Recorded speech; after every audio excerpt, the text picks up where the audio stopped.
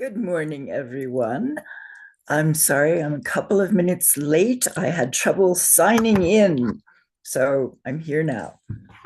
So, welcome, everyone. Good morning, Christina. Good morning. How nice to hear your beautiful voices. So, here we are in Organic Sanskrit, Series 2, Class 6. Wow, very exciting.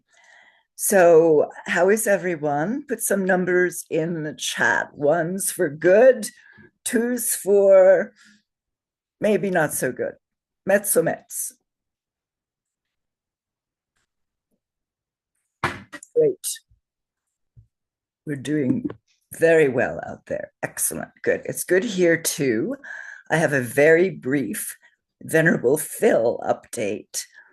He is doing so well. Marina, can you show the first slide? That's wonderful. He has a big bump on his head, but he is doing fantastic. And he's coming home today. So Venerable Gyaltse and I will go over there after lunch and pick him up and bring him home. So he's doing really, really well. So that is great news. Let's go to the next slide. Guess what? We're going to review the consonants. That's perfect. Stop there. Okay. So we're going to sing the consonant song. Everyone, please open your microphones and sing with me from left to right. And this time we are adding the 4 semivowels and the 3.5 sibilants. So we're going to go all the way across. And remember your mouth position. First varga is guttural. You put your throat all the way back in your throat. And I'll say it first, then you say it with me. Remember, it's the primal sound of Sanskrit, not ah, ka, ka, ga, ga, na, ha. Say with me. Ka, ka, ga, No. ha. Ha. That's a new one. Okay. Second varga, palatal. The tip of your tongue is on the bump in the back of your mouth, on the roof of your mouth. Tra, tra, dra, tra, na, ya, sha. Say with me. Tra, Cha, cha, na, ya. ya, cha. Good. The third varga, it's cerebral. Your tongue goes all the way up to the top of the roof of your mouth into your brain. So, ta, ta, da, da, na, ra, sha. Say with me. Ta, Ta, Da, da, na, na, ra, da, ra, say sha. ra.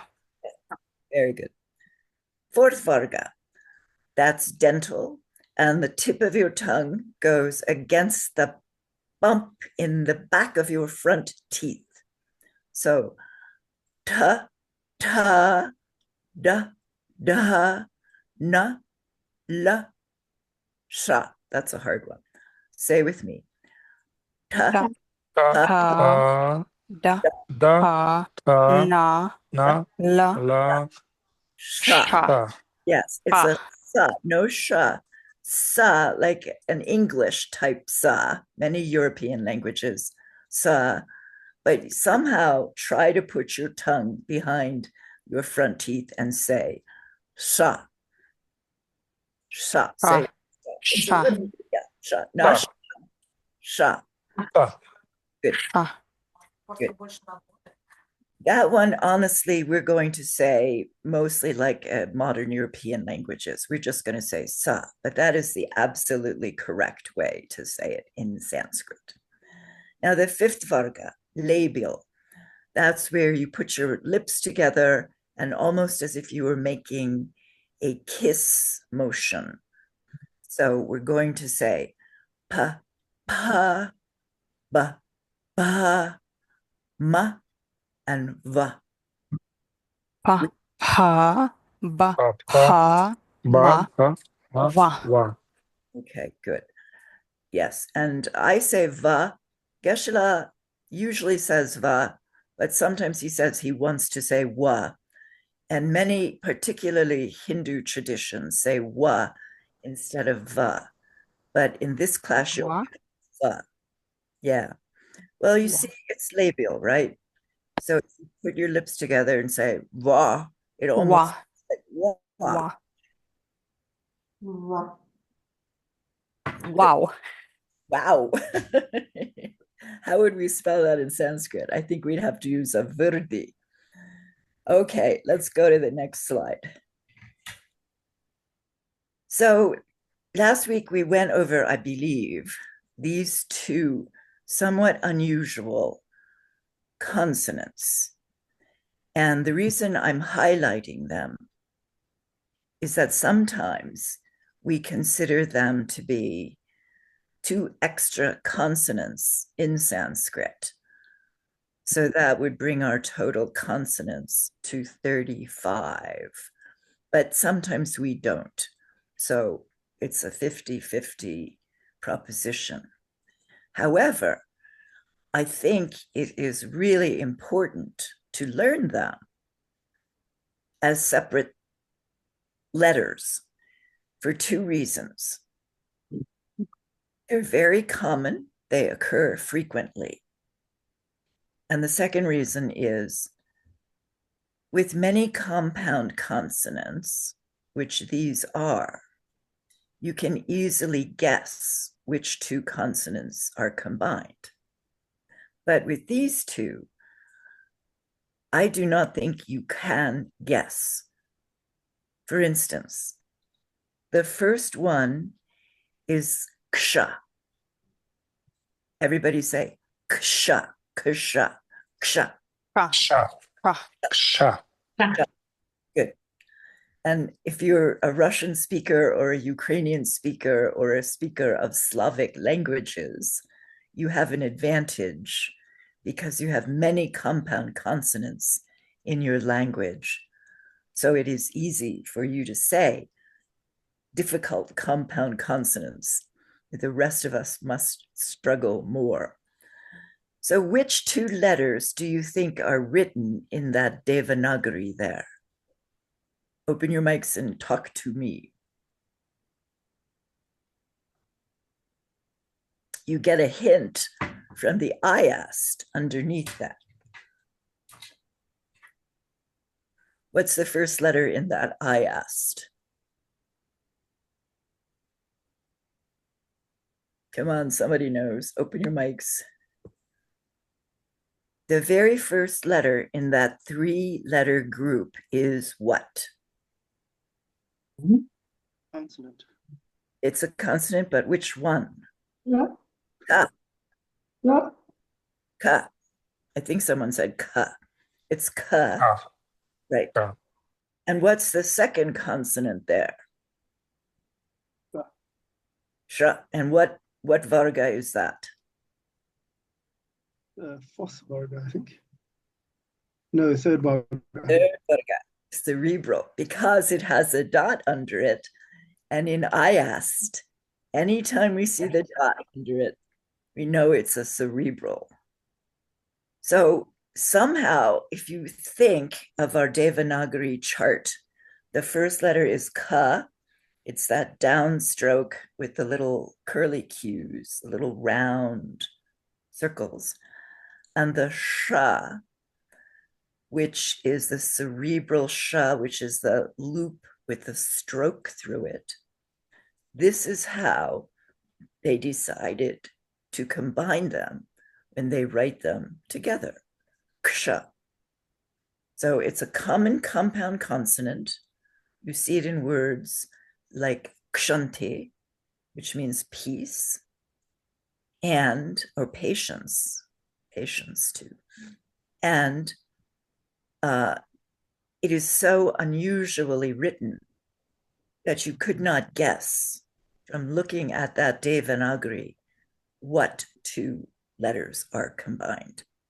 So you must memorize it by heart, and it is very common. The second letter there, say with me, jnya. Jnya. Jnya. Жня. Jnya. Жня. Жня. Yeah. Жня. Жня. Very satisfying to say that. And that is the combination of which two consonants? Ja and na. Ja and na. And which na is that? Second varga. Nasal. Second varga. Second. Palatable. Very good. That's exactly what that is. And if you remember your Devanagari, the ja is a little bit like this letter, but with that loop on the bottom, it's not like that letter. So this is another one that is common. We see it in the word jnana, which means knowledge. And this is the way you write it. So you must memorize it.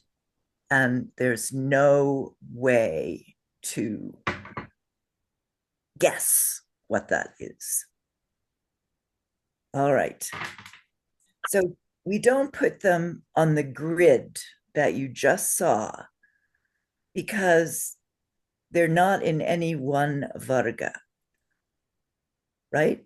So the ksha is a combination of ka, which is first varga, guttural, and sha, which is third varga, cerebral. So we wouldn't know where to put that. Now, the jna is a little different. We could theoretically put that in the second varga because they're both palatal, but we don't do that. It's too complicated. Okay. So compound consonants are very common in Sanskrit. And we will be looking into them soon. But these are the most unusual too. So I pulled them out and we talked about them as their own letters almost. Okay. And sometimes we call these consonant clusters or compound consonants. Questions? Okay. And we'll be reviewing these, so just stick with us. If you're finding these classes challenging, congratulate yourself and just keep coming. Ask questions, review, and stick to it, and we'll learn a lot together. All right, let's have the next slide. We'll change pace from consonants now. Right, now this one we have been studying for a few weeks already. This is chapter 3, verse 25 from the Bodhisattva Charyavatara. And let's quickly recite this. I'll recite it first. Look at the ayast, and then we'll recite it together. Adya me sapalam janma sulabdo manusho bhavaha. Say with me. Adya me sapalam janma salupto manusho bhavaha. Bhavaha. Good. You guys are going fast. Take your time. Now we'll do the second line. Adya Buddha Kule Jato. Oops, I missed that. Adya Buddha Kule Jato Buddha Putro Sme Sampratam. Say with me. Adya Adya Buddha Adya Buddha Jato Kule Jato Prasmi Buddha Sampratam. Putro Me Sampatam. I hope you're practicing. You should be very familiar with the sound of this verse by now, and it feels more comfortable, doesn't it? Now, has anyone made any progress in memorizing this verse for mixed nuts? Well, I learned Adya me Sapalam. That's all. That's good. Add one more. Adya me sapalam janma, because that's half of the first line, and that's where the break occurs.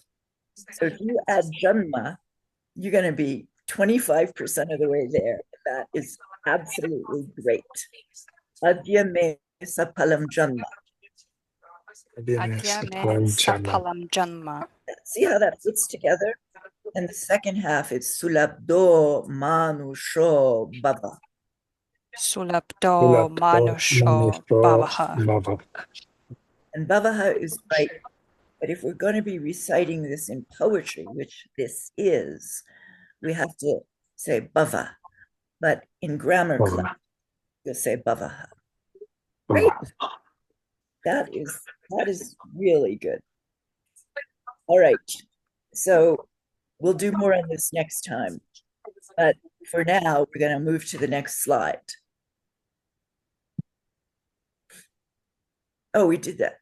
Did I? Oh, wait a minute. Where am I? Sorry, I got ahead of myself. We're absolutely right. All right. Nope, back to where you were, Marina. That was, yes. Now, this is the next verse.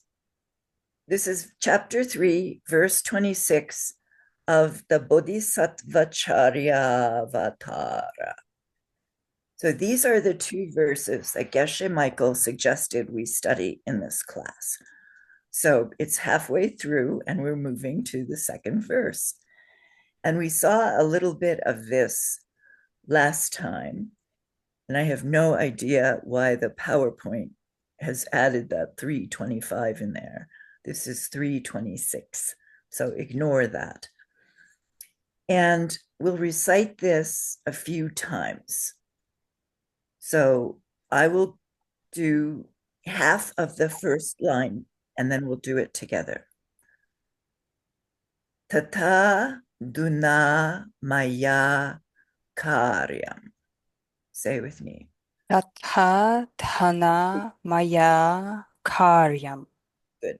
Tata Duna maya Maya Karyam.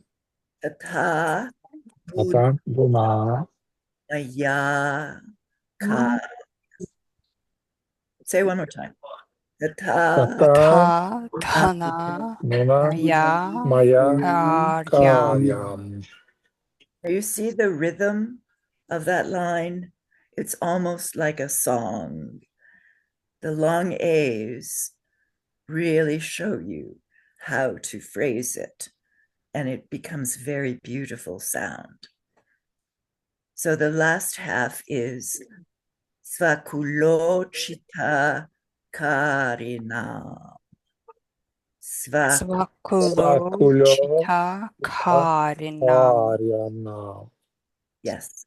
Now we have to pay a little attention to the second half because there's one long vowel which does not have a special marker. We have to remember that it's long. And which one is that? The long vowel that has no mark on it. Oh, Yes. Oh.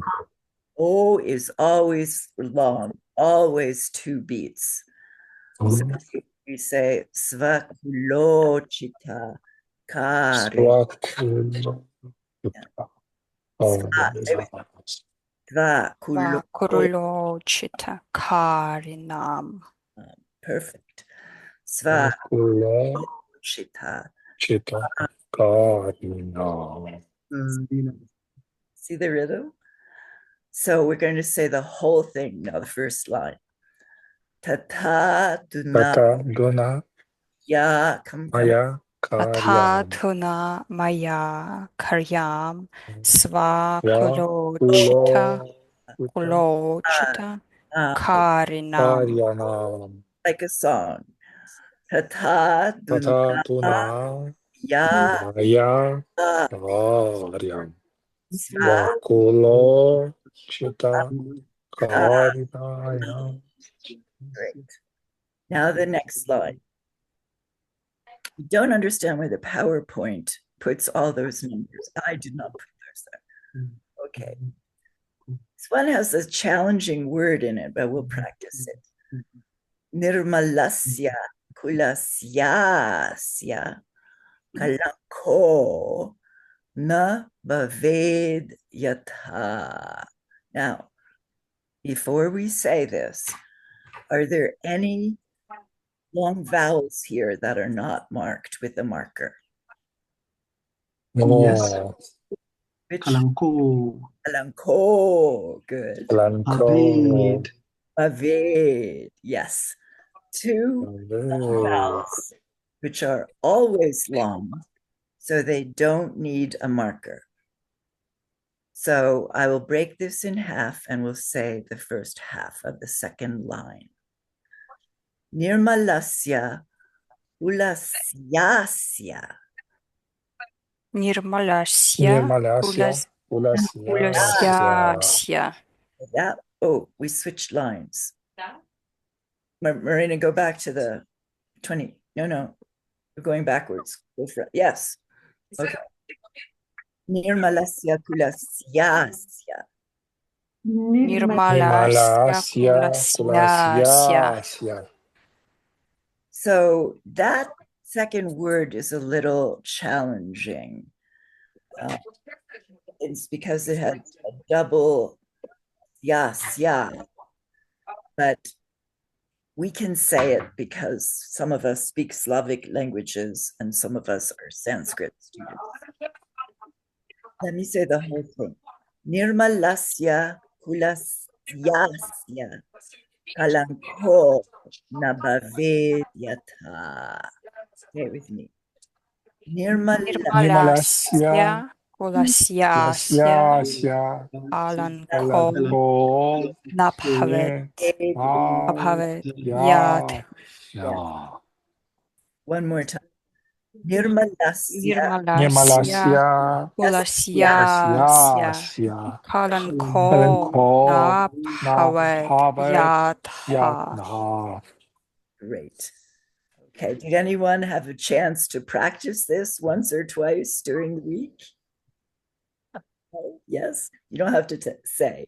I just encourage you, if you have a few minutes, look at the PowerPoint and just say it aloud a couple of times. It's very useful. We'll do more next time. Okay, next slide, please. Christina, Yes. I have a question on the first verse, 325. And let's go back, Marina, to 25. One more. One more. Yeah, too much. One more. No, I think. Forward one. Where was it? Let me see. Yeah. I'd like to know, I don't know if this is relevant, but I'm looking at the Devanagari. Yes. And the Palam in the top line has got a, what is that called with a dot above again? It is called Anuswara. Anuswara. And then on the bottom line, it's got a virama. At the right at the end, it's got sampratam. Yes. So both of them end with an M, but one is a virama, the other one is an anuswara. Yes. That second line, the last word, sampratam, that M at the end of sampratam would be a virama, I mean an anusvara, if it was followed by another word.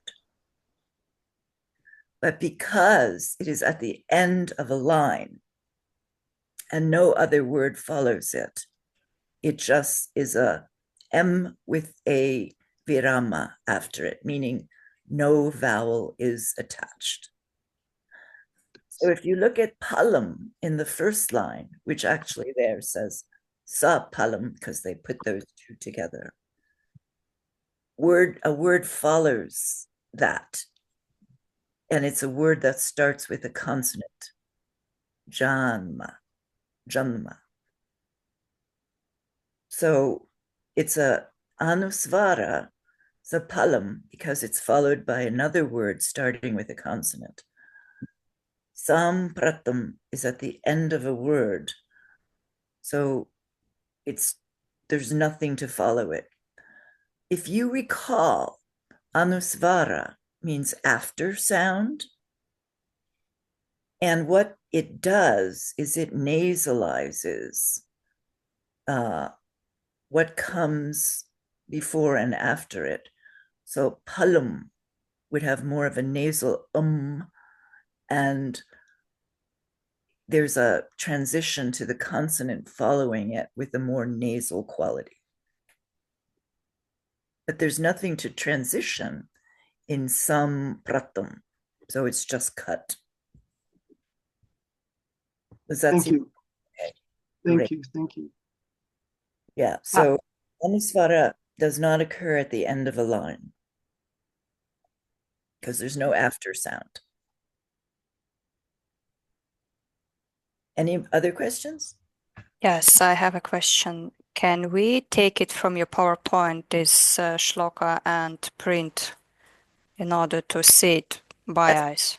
Yes. Please use this material in any way that you find helpful or useful. Absolutely. Yes. Thank you. Yes. And printing them, I'm old-fashioned, so I like paper copies sometimes, and I find them easier to review. Yes. Beautiful. Very good, Amirta. So feel free. All right, let's move to, what is this slide? Maybe 10? Yes.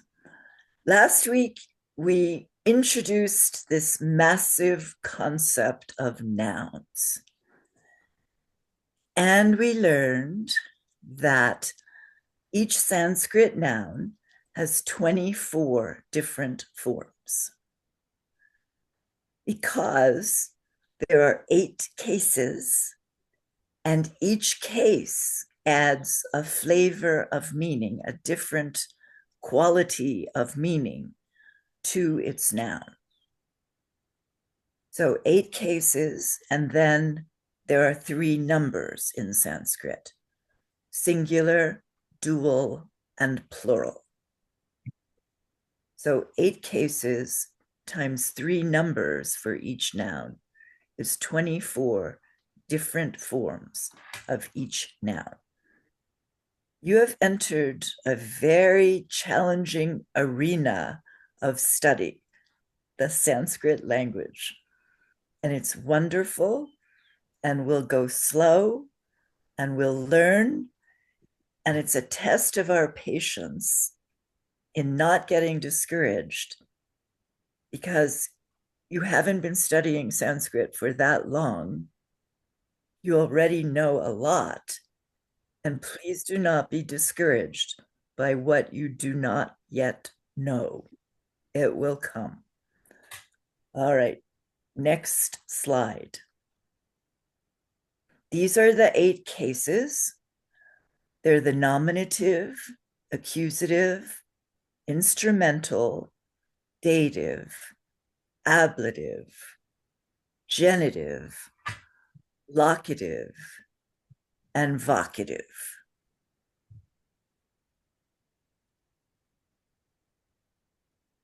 Good. And I love these comments. These are great. So they're in this order in Sanskrit, If you study other languages, sometimes they're in a different order and they're different cases. They don't all have 8 cases. But this is the order we're going to memorize them in. So learn it.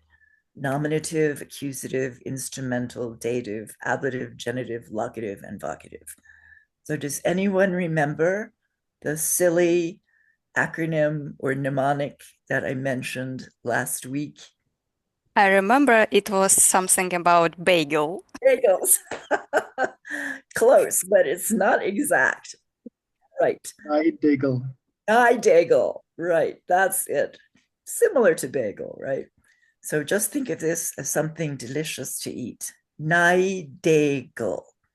So it just helps you to remember the order when you're in a rush and you have to remember what the cases are. And you have to remember to stick the vocative case on the bottom. And the vocative case is used to address other living beings, or if you're a slightly crazy, inanimate beings. Okay. Now, let's go to the next slide. And these are the flavors of the 8 cases. The nominative case is the subject of a sentence. The accusative is the object. The instrumental is by means of. Dative, to or for. Ablative, by, at, from, down, from.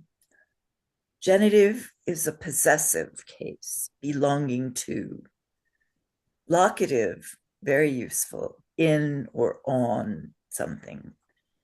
And the vocative case is used for direct address. So it's a little rare. You might say, hey, teacher. Or if your car is acting up, you may say, oh, you Toyota, you're not behaving well. But that would be unusual. Okay, let's go to the next slide, where this is review. When we write out a noun in all its cases, we call it a declension. So if we write out all 24 forms, it's a declension. So take a noun like yoga. It keeps its basic form, but the endings will change according to the case. Nouns are grouped in categories called declensions. So if you're in a certain declension, your case endings will all be the same. And there are several different declension groups. So the case endings will be different in those other declension groups. And declension group is sort of redundant. So we'll just say declension because it's already a group. And if you are asked to decline a noun, this means write the noun out in all its 24 cases. All right, next slide. All right, are we ready? Got to say yes. This is going to be frightening or scary. Everybody say yes or no. Yes. Okay. Yes. Okay. Next slide. These are the 24 forms of the noun yoga declined. So each one of these words is yoga, but each has a slightly different flavor depending on the case, the number, and I guess those are about the only 2 qualifiers here. So we're going to spend some time on this. We're going to recite the whole declension. So I'll say it first, and then we'll say it together.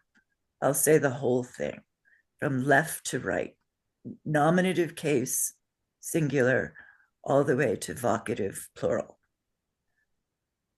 Yogaha, yogao, yoga, yogam, yogao, yogan, yogena, yogabhyam, yogaihi, yogaya, yogabhyam, yogebhyah, yogat, yogabhyam, yogebhyah, yogasya, yoga yoho, yoganam, yoge, yoga yoho, yogeshu, yoga, yogao, yogaha. That is 24 versions of yoga. So let's recite this. Recite with me from left to right. And you know how to say all these letters and all these vowels and all these visargas. I don't think we have any anusvaras, no. Okay, so say with me, open your mics. Yoga, Yoga, yoga, yoga, yoga. Yoga. We were Andrea, Yogam. go too fast. Accusative. Yogam, Yoga. Yogam. gao. yogao, Yoga. yogan, Instrumental. Yogena, yogena, Yogena. yogabhyam, yogai. Pyam. yogesh, That's a hard one. Dative. Yogaya, yogaya, Yogaya. yogabhyam, Yogabhyam. yogabhyah, Yogibhyah. ablative. Yogat, yogat, Yoga. yogabhyam, Yogabhyam. yogyah, Yogibhyah. genitive. Yogas, yogyasya, Yogasya. yogyah, Yoga. yogyanam, Yoganam. vocative. Yoge, yoge, Yogi. yogyo, Yogaho. Yogayo. yogeshu, Yogishu. yoga, yogao, yogah, who's that? Yulia, you're going fast there, girl. Vocative again. Yoga, yogao, Yoga. yogah, Yogao. yogah. Yogaha. very good. Okay. So interestingly, there's only one of those 24 forms, which is yoga. Who can find it? Vocative. Vocative. Just all the vocatives? Singular. Vocative singular, yes. So when we see Sanskrit nouns in our Roman literature, they're almost always a form that doesn't really occur in Sanskrit, because in Sanskrit, they're all declined. So you won't see that plain form. Sometimes we call it a stem form, except in English translation. So, yeah.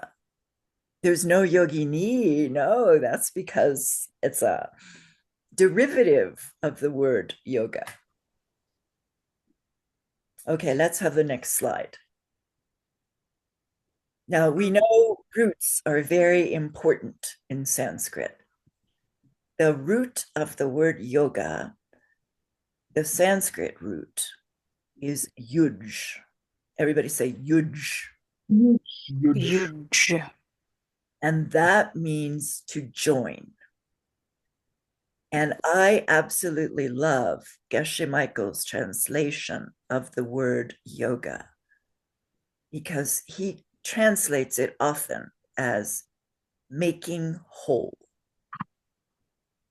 And we know the practice of yoga is a way, we learn this now from the Sanskrit root of joining. And what we are joining, for example, when we do yoga, is the body, the muscles, the flesh, and the prana, all of the internal, less physical aspects of the body. So it's a perfect word for this exercise. And there are other words that come from yoga also. Now, I put here the IE root. And what does IE mean? Who remembers? The Sanskrit root is yuj, and the IE root means? Indo-European. Yes. Indo-European is that somewhat mythical language that occurred before we had paper. So we don't really know too much about where it was used or who used it or how they spoke it. But it's older than Sanskrit. And Sanskrit is an Indo-European language. So here, the Indo-European root for yoga is, I don't really know how to pronounce this. I would say yoig, right? So you can sort of see how yoig changed into yuj, and yuj became yoga. Some of the Indo-European cognates, who knows what a cognate is?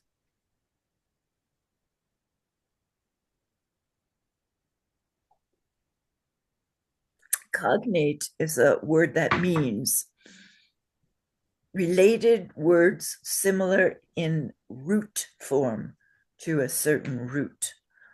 So for instance, the root yuj gives rise to the word yoga. So yoga arises from the same root. Here, I've chosen 4 words that are cognates of both yuj and yoig, however you say that. And these are the English words yoke. You can see how that comes from yuj. Jugular, that's a little more challenging to say, but if the Y changed to a J, you would see that jugular can come from yuj. Zygote, that's an interesting one. And join itself. The word join, which is what yuj means, is a cognate of yuj. All right, so let's not worry too much about that. But let us go to the next slide. And we're going to find some declined goodies. Give the translators a moment to translate that. Goodies are treats or lovely things you might want to eat or reward yourself with. So let's find some declined goodies in this verse, which is our new verse of study. Can anyone find the word karyam in this verse? You can look into I asked, it's much easier. Where is karyam? Fourth word in the first line. Yes. And in the Devanagari, which is it?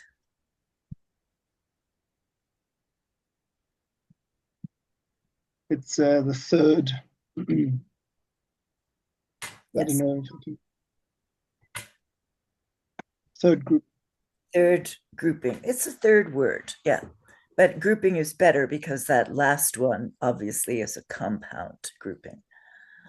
So I don't know, Marina, if you could put up our yoga declension in a split screen with this verse. Is that possible? I should have thought of this and asked you earlier. But I would like to ask what case you think the word karyam is at. maybe we can flash back to the yoga declension, which is slide 15.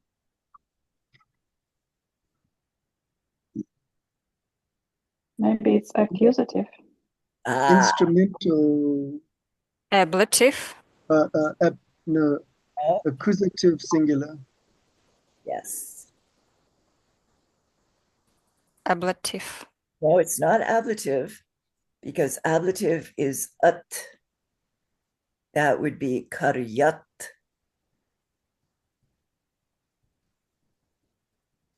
So I think you're right that this is an accusative singular. And Christina, Yes. the dot above the sutra is Yes. the M. Yes. But there is also a second curve there. Yes. R. Perfect, Kathy. That is excellent. There are two things on top of that word karyam, and it's karyam because it has a long A marker. So two things are going on. One, as you rightly say, is the M marker, which is anusvara. And we just mentioned and remembered that that is how an M is written when it is followed by a word beginning with a consonant. So here that consonant is sva. So sa is a consonant. So we have to write the M as an anusvara. And if it was at the end of the line, we wouldn't write the dot. We would write the virama. But because it's in the middle of the phrase, we write the dot. And there is something else going on here, and it is the curved mark. Someone said it. Say it again. What is that curved mark above the sutra? Is the R. It's a semi-vowel. R. Half correct. All right. Yeah. If it was a semi-vowel, would it be written above the sutra or below the word? The vowel is written below the word. Semi-vowel is written above the word, and it's a compound consonant that happens. Yes, exactly. So this is for the consonant. This is a semi-consonant, also known as a semi-vowel, which is confusing. But it's not the vowel. It is a semi-consonant, and it occurs this way when, as you said, it is written as a compound consonant. So what is this word again? Let's look at the ayast.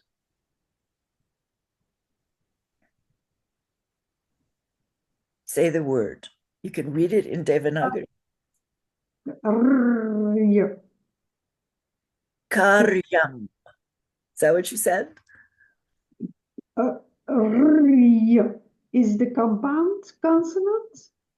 The ya is the compound consonant. So here it's actually two semivowels that act as the compound consonant. So we see, if you look at the ayast, we see, okay, we lost it temporarily, but we'll get it back any second now. But the R and the Y are combined together with no vowel in between them. So anytime you see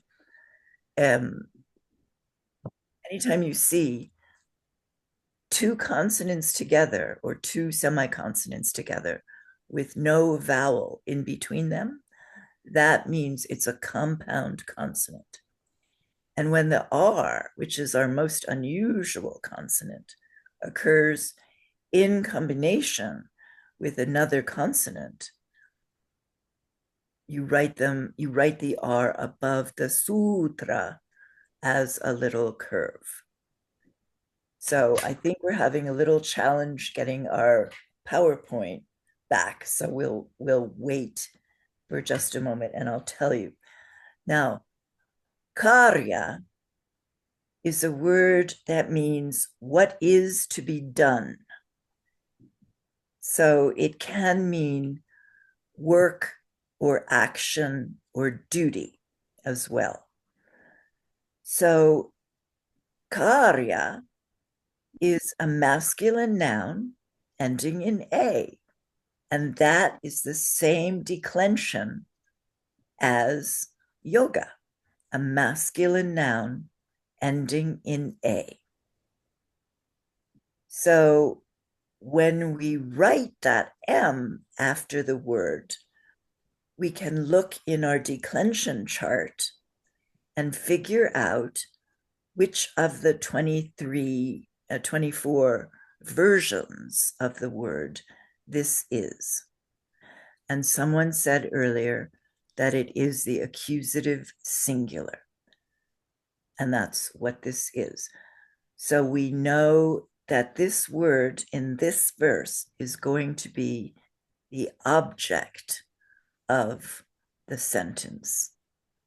So karyam is accusative singular of a masculine declension ending in short A. Okay.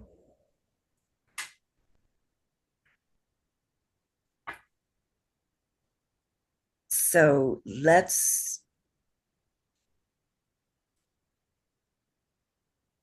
oh, great. Marina has put up the split screen. Great. But Marina, instead of the English listing of the flavors of the 8 cases, can you put up, I think it was slide 10 or 15, the one with the actual words, the chart of yoga. See if we can put that up.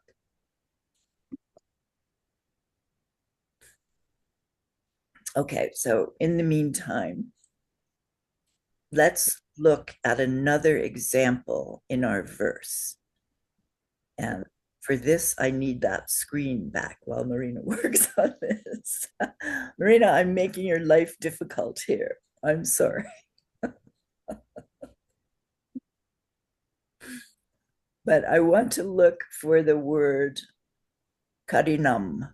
Karinam. Put it in the chat. Oh, thank you, Andreas. And it's karinam with a cerebral n. Karinam. Yes, karinam. What are you asking for? Well, I would like to know what case that is.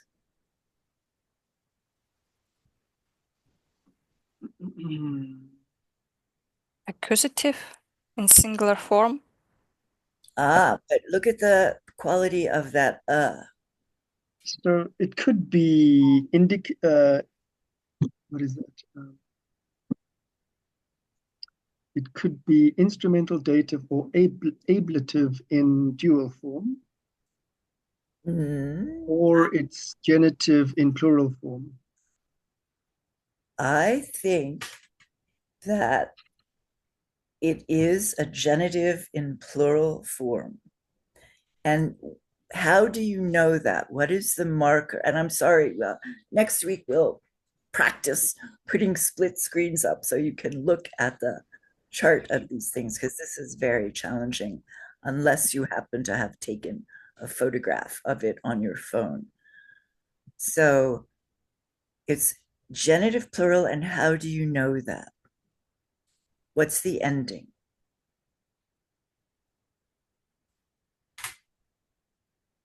Nam.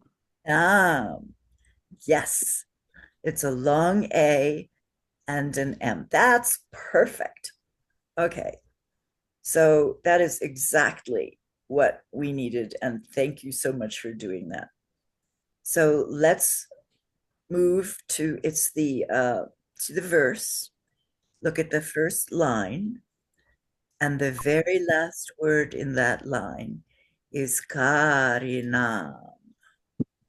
So if you look at the ending, And then you look at the chart on the left, which is our poster child yoga word, declined. Where do you see a long ah with a m? Genitive in plural form. Genitive plural, exactly. Is there anything else we could possibly say it might be?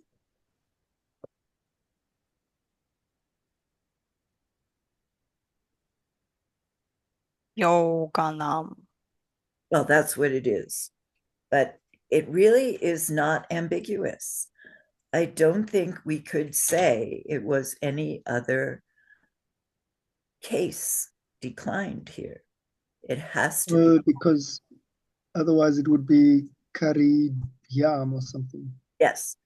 There is, if you look at the accusative singular, that's a short A and a M, but this is a long A and a M. So it could not be accusative singular, right? And that's the only other choice I see. It couldn't be accusative plural because that's with a N, yogan. The only one that has a long A and a M ending is the genitive plural.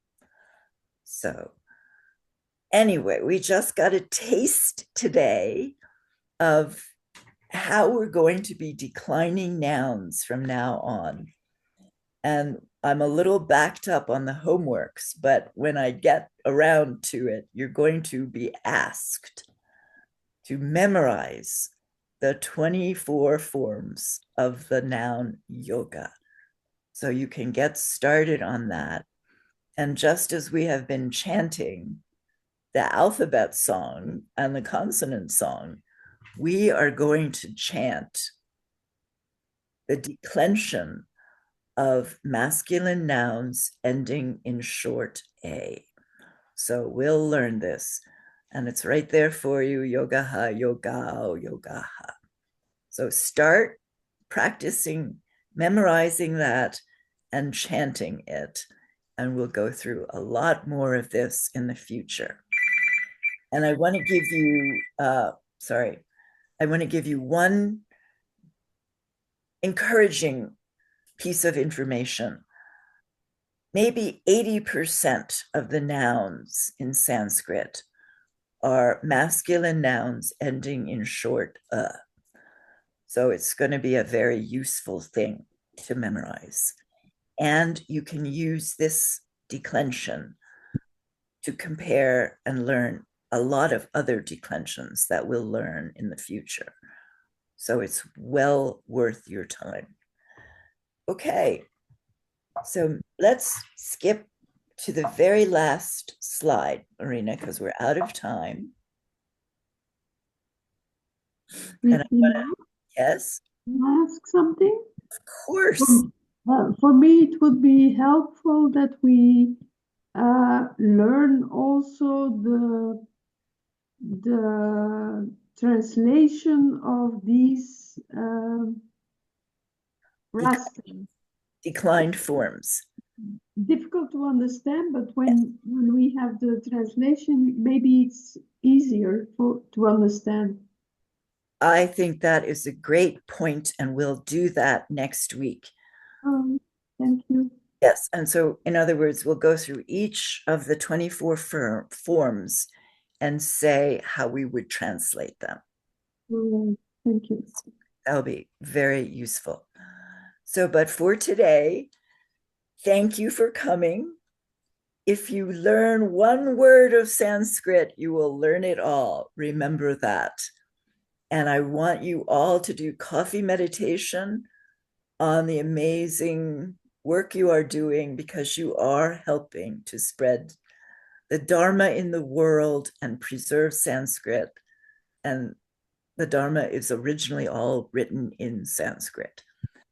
And I want to remind everyone about ACI's next retreat starting April 17th. It's called The New Beginning, Opening the Door to the Diamond Way. The online registration is open to everyone. Scholarships are still available. You can go to the Asian Classics website to sign up. And why am I bringing this up? It's super important to know about because Geshe Michael has offered to teach everyone Diamond Way in 2026. But in order to qualify for Diamond Way with Geshe Michael in 2026, you must attend online, at least, if not in person, all 4 ACI events in 2025 to qualify to take Diamond Way teachings from Geshe Michael in 2026. So I encourage everybody to sign up for the new beginning starting April 17th if you have any interest in Diamond Way with Geshe Michael. All right, we will continue with nouns next week. Thank you all so much. See you soon. Thank you very much. Klaus, Christina, thank you. Bye, everybody. Bye.